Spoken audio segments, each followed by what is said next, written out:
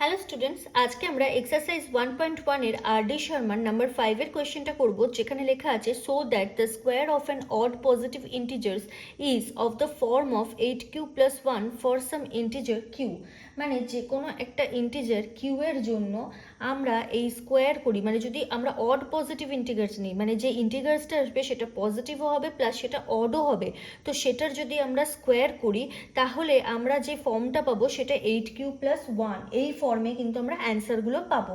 তো এটা কিভাবে করব? তাহলে এটা করার জন্য লিখে দেবো let q equals to m, মানে যে কোনো একটা ইন্টিগ্রাল আমি কিউ এম ধরে নিলাম।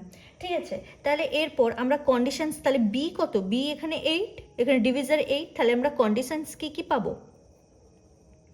এখানে আমরা কন্ডিশনস পাবো 8q, 8q + 1, 8q + 2, 8q + 3, 8q + 4, 8q + 5, 8q + 6 and 8q + 7, এই কটা কন্ডিশনস পাবো। কিন্তু এই কন্ডিশনসগুলো সব কটা আমাদের কাজে লাগবে না। কেন কাজে লাগবে না? ফার্স্ট অফ অল আমি যদি ধরো কিউকে 1 ধরি, তাহলে 8 1 কত হয়ে যাচ্ছে 8, তার মানে এই যে এই পসিবিলিটিটা এটা ক্রস হয়ে গেল, মানে এটা ইভেন নাম্বারে পাবো, তো আমার এটা দরকার নেই, এই কন্ডিশন লাগবে না। এইটাকে যদি ধরো 1 ভাবি, তাহলে কি হয়ে যাবে 8 1 8 + 1 9, তার মানে এই যতগুলো অড নাম্বারস আছে এখানে, তো সেইগুলোই একমাত্র কন্ডিশনে লাগবে, তার মানে এইটা লাগবে, এইটা লাগবে, এইটা লাগবে, এইটা লাগবে।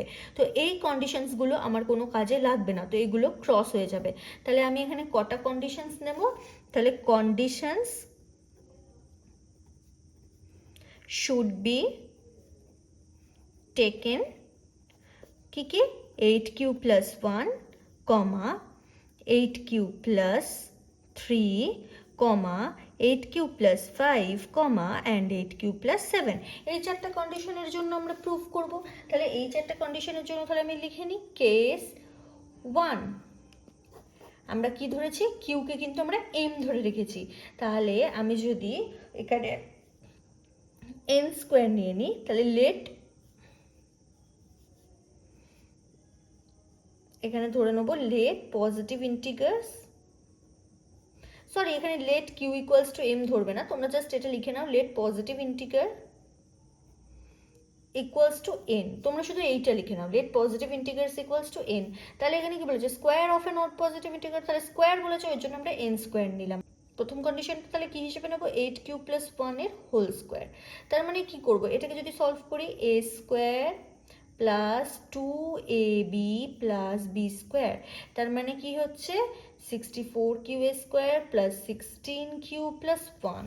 তাহলে দেখো এখান থেকে আমি যদি এই দুটো থেকে আমি যদি 8 কমন নিই, তাহলে কি পাবো 8q² + 2q + 1। তাহলে এটাকে আমি লিখতে পারি 8 আর +1। কেন?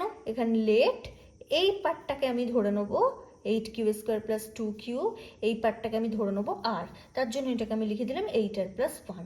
ঠিক আছে, তার মানে দেখো এই ফর্মেই হলো। ঠিক আছে, এবার কেস 2। কেস 2তে এন স্কোয়ারে এবার কি নেবো 8q + 3 স্কোয়ার। তাহলে এটাকে কি করতে পারি 8q + 3 স্কোয়ারকে আমি লিখতে পারি 8q এর হোল স্কোয়ার প্লাস 2, মানে a square plus 2ab + b square. তাহলে এটা কি হয়ে যাবে 64q² + 48q + 9। তাহলে দেখো এটাকে আমি এভাবে লিখতে পারি তো 64q² + 48q + 9কে আমি ভেঙে লিখতে পারি 8 + 1। এবার এই তিনটে থেকে আমি যদি 8 কমন নিয়ে নিই, কত হচ্ছে 8q² + 6q + 1 + 1। তাহলে আমি এটাকে লিখতে পারি 8 এর +1, কেন না এখানে লিখতে পারি লেট 8q² + 6q + 1 = r। তাহলে দেখো এটাও 8 আর +1 হলো, তাহলে এই সেম 8q + 1 ফর্মেই আসছে, দেখো এটাও তাই হলো। এরপর কেস 3, কেস 3তেও same n square equal to এবার নেবো 8q + 4 এর হোল স্কোয়ার, সরি 5 এর হোল স্কোয়ার। তাহলে এটা কত হবে 64q²। আচ্ছা 2ab মানে 8 5 40 and 42 80, তাহলে 80q + 25। তাহলে এটাকে আমরা লিখতে পারি 64q² + 80q + 24 + 1।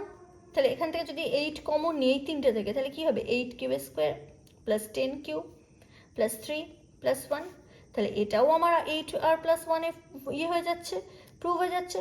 লিখে দিই let 8q square plus 10q plus 3 equals to 1, তাহলে এটাও চলে এলো সেম ফর্মে।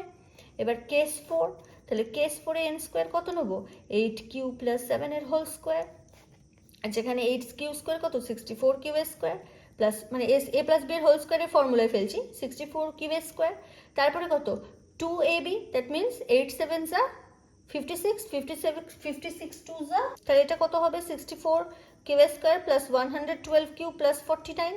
তারপর এটা থেকে আমি যদি এইভাবে লিখি 64q square plus 112q plus 48 plus 1, তাহলে এই তিনটে থেকে 8 কমন নিলে কত হবে 8q square plus 14q plus 6 plus 1, তাহলে এটাকে আমি লিখতে পারি 8r প্লাস 1, কেন না let 8q square plus 14q plus 6 equals to r। তাহলে সবকটাই প্রুভ হয়ে গেল, তাহলে আমি এখানে লিখতে পারি প্রুভ।